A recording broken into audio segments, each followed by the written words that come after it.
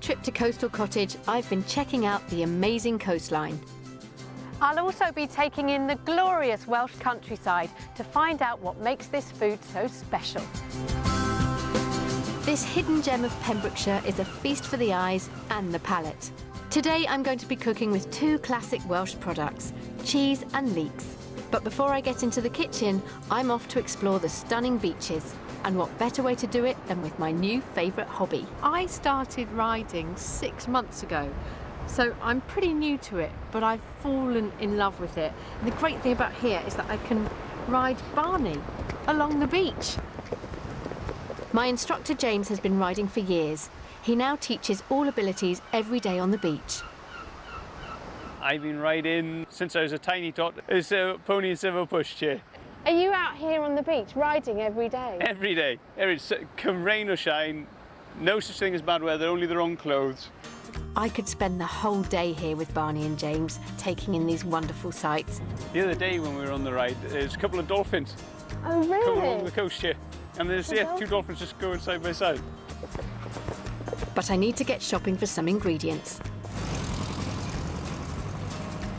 This stunning coastline doesn't just have amazing views, it's also home to hundreds of working farms. Father and daughter Wyn and Linda Evans are traditional Welsh farmers in what must be one of the most beautiful spots in the land. Tell me about the farm, because it's been in your family for a long time, hasn't it? My grandfather moved here in 1929. As well as the farm now, you're also sitting on this amazing campsite. My parents started that soon after the war.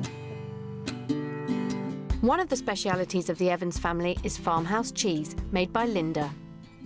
So what was it about cheese that got you interested? Like having an end product that you don't necessarily instantly have, but you have sort of eventually that you can sort of manipulate. We make two types of cheese. Yes, yeah. So I make a cheddar, what they call farmhouse cheddar. It's made in traditional style from our milk, and then it's wrapped in a cloth and sat on a shelf. The Caerphilly is a bit different. It's a lot milder and it's a quick turnaround cheese. So you make it sort of one day and then it sits in a brine bath for a little bit and then it sits on a shelf and you can really eat it sort of about a week after you've made it. For the cheddar you get a sort of a bite, and the older it gets it makes your ears itch. The Caerphilly is a lot milder, it's a lot delicate. What I think is even more amazing is that you've made it. I love your family business. I'd quite like to join. Can I come and be another cheesemaker? Yeah, I'll train you up. Thank you.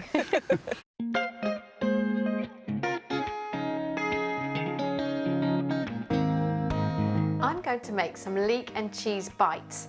Now essentially they're like a savoury bread and butter pudding, and I'm going to make them in these little loaf tins. But if you don't have a little one, just do a big one and cook it for longer. Heat the butter in a frying pan until foaming, and then add the leeks. Fry gently for 10 minutes until soft and caramelised. Remove from the heat and leave to cool. Whisk together the eggs, mustard powder, cream and milk until smooth. Stir into the cooled leeks, cheese and chives and season with salt and pepper. I've cut out some bread rectangles that will fit in the bottom of my little loaf tins, and I'm just going to dip that into my bread mixture. I've cubed the rest of the bread and I'm going to tip that into my mixture. Divide the mixture between the tins. Place on a baking tray and bake for 15 minutes until risen and golden brown. Leek and cheese bites, made all the more delicious using Linda's Caerphilly cheese. Yum.